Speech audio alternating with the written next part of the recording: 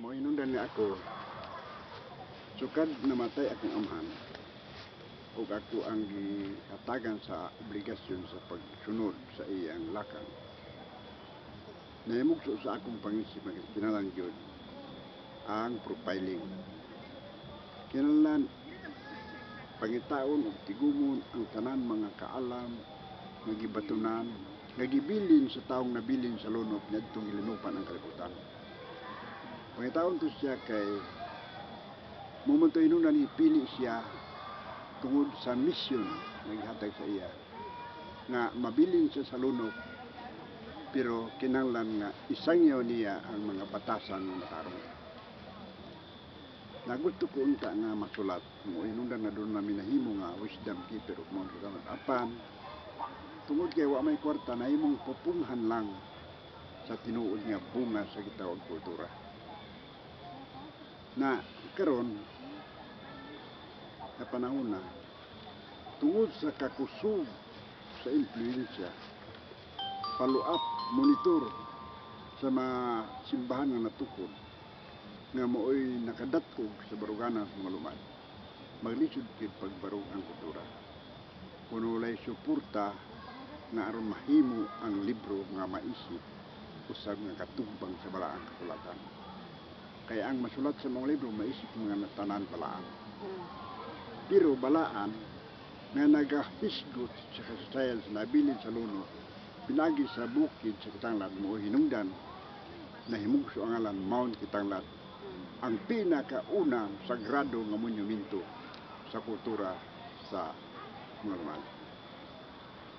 Na mao ka na ang hinungdan nga gusto ko nga kay para kanako ang akong anak tingali makakuha sila sa akong ebuluan nga 5% o 10%, apan maglisod sila makabot sa 50%, o ang angayan nga makabot dili ma-minus og 50% para doon na sila capability na ana sila gahom nga mopabunok sa ulan, mopahunong sa ulan.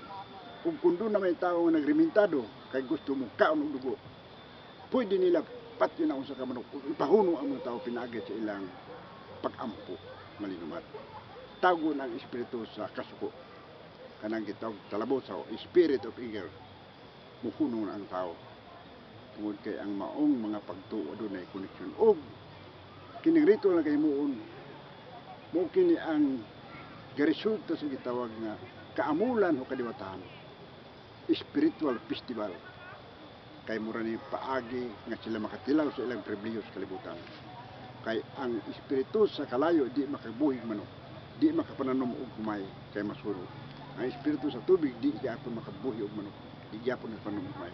Pero pinaagi sa ilang panag-iusa, pag tinabangay, sila ang unang modelo sa paghimo og batason na gitawag uyaga batun-batuna. Pero may tabo lang uyaga batun-batuna kung magritual ang lumad nga paghimo sa mga material sa ritual, iusahan pagpreparar sa tanan sa may tabo din ang gitawag uyaga na pagkadili ni mapadayon nga klase sa pagtuo mo resulta sa kasuko sa kadiwatahan. Kay ang mga diwata dili na makadawat sa ilang bahin sa kalibutan. Mo hinungdan nga ang mga tubig, espiritu sa tubig masuko ug mosilot pinaagi sa luno. Ang espiritu sa kalayo masilag ug masuko, mosilot sa suno. Ug ang hangin masilag ug masuko, mosilot pinaagi sa bagyo. Silang tanan elemento sa espiritu sa elemento, tanan masuko. Nagduda ko nga kining COVID iya kini sa mga diwata sa tibok kalibutan nga wala na i-recognisar sa mga tao o ikuhaan pagid sa ilang teritoryo.